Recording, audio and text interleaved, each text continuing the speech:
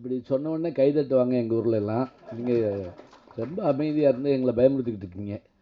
அது காரணம் என்ன அப்படின்னா, முன்னெல்லாம் நிறைய கூட்டங்களுக்கு போவோம், கை தட்டுவோம், சிரிப்பாக எல்லாம் பண்ணுவோம். இப்போ டிவியாக பார்த்துக்கிட்டே இருக்கிறதுனால வீட்டுக்குள்ளே உட்காந்து கை தட்ட முடியாது, விசில் அடிக்க முடியாது, என்ன பண்ண முடியாது. அப்படியே என்ன ஆகிட்டோம்னா ஃப்ரீஸ் ஆகி உட்காந்துருக்குறோம். அனைவருக்கும் வணக்கம். உங்களுக்கு தான் முதல் வணக்கம். உங்களுக்கு சொன்ன உடனே 2-3 கைதட்டு சத்தம் கேட்டது, மிக்க நன்றி. இந்த அருமையான படத்தில் புதுமுகங்கள் நிறையா நடிச்சிருக்காங்கன்னு சொன்னாங்க. நானும் புதுமுகம் தான். நான் இடத்தால விருமாண்டியில் வந்து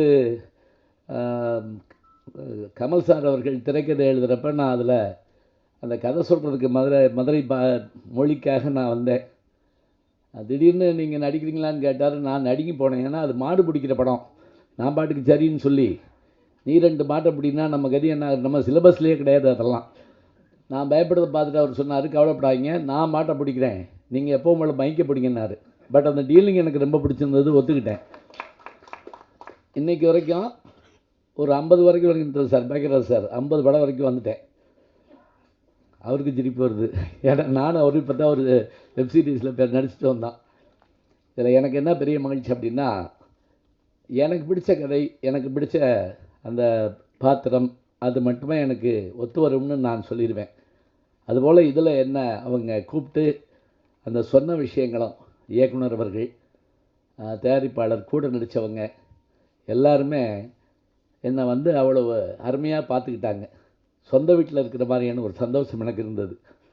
உண்மையிலேயே இதில் சொல்லப்பட்டிருக்க மாதிரியான இந்த செய்தியெல்லாம் பார்த்துக்கிட்டே வந்தேன்.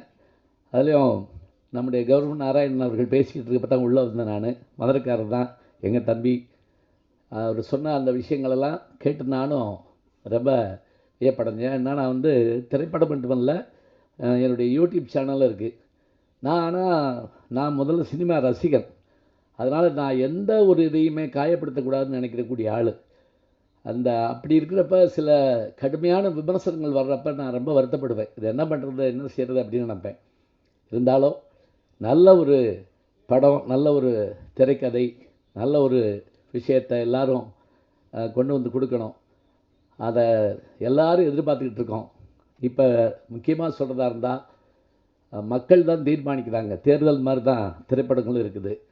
அதனால் இந்த படம், இதில் சொல்லப்பட்டிருக்க இந்த முன்கதை சுருக்கம் மாதிரி கொடுத்துருக்குறாங்க.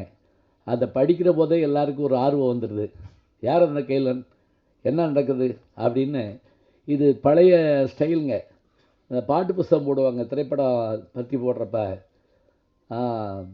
தீபாவின் கதி என்ன, அவன் அகப்பட்டானா, விடை வெள்ளித்திரையில் காண்க, இது இப்படி போட்டு படம் பேர், டைரக்ஷன் எல்லாம் போட்டிருப்பாங்க.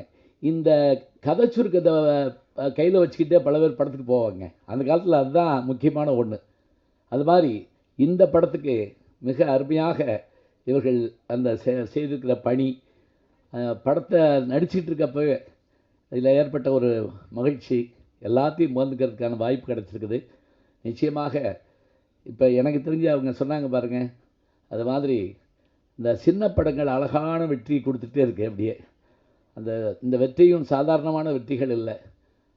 அதுலேயும் டூரிஸ்ட் ஃபேமிலி, அதை நான் விமர்சனம் பண்ணியிருந்ததை பார்த்து சசிகுமார் சார் வந்து எனக்கு ஒரு பேட்டியே கொடுத்தாரு என்னுடைய யூடியூப் சேனலில் வந்து. அது எதுக்காக அப்படின்னா, நல்ல விஷயத்தை நம்ம பாராட்டணும், அதே சமயத்தில் யாரையும் பாதிச்சிடவும் கூடாது. மோசமானது, அது ரொம்ப மோசமானது இதை சொல்கிறது பெரிய விஷயம் இல்லைங்க. அது ஒரு நிமிஷம் அது நின்று பார்த்தா தான் அந்த கஷ்டம் என்னன்னு தெரியும். அதனால தான் நான் அடிக்கடி சொல்லுவேன், பேசுகிறது ரொம்ப ஈஸின்னு நினைப்பாங்க. எந்திரின்னா நெஞ்சு வலி வந்துடும் சில பேருக்கு. இல்லைன்னா வெறும் ஃபோன் எடுத்து வச்சு அப்படின்னு கிளம்பி போய்கிட்டு இருப்பாங்க. அந்த கஷ்டம் அதுக்கு தான். இப்போ இந்த போடியமே எதுக்குன்னா, நடுக்கம் வெளியே தெரியாமல் இருக்கத்தான் பிடிச்சிக்கிட்டு நிற்கிறான் அப்படியே. அதெல்லாம் நமக்கு தெரியும்.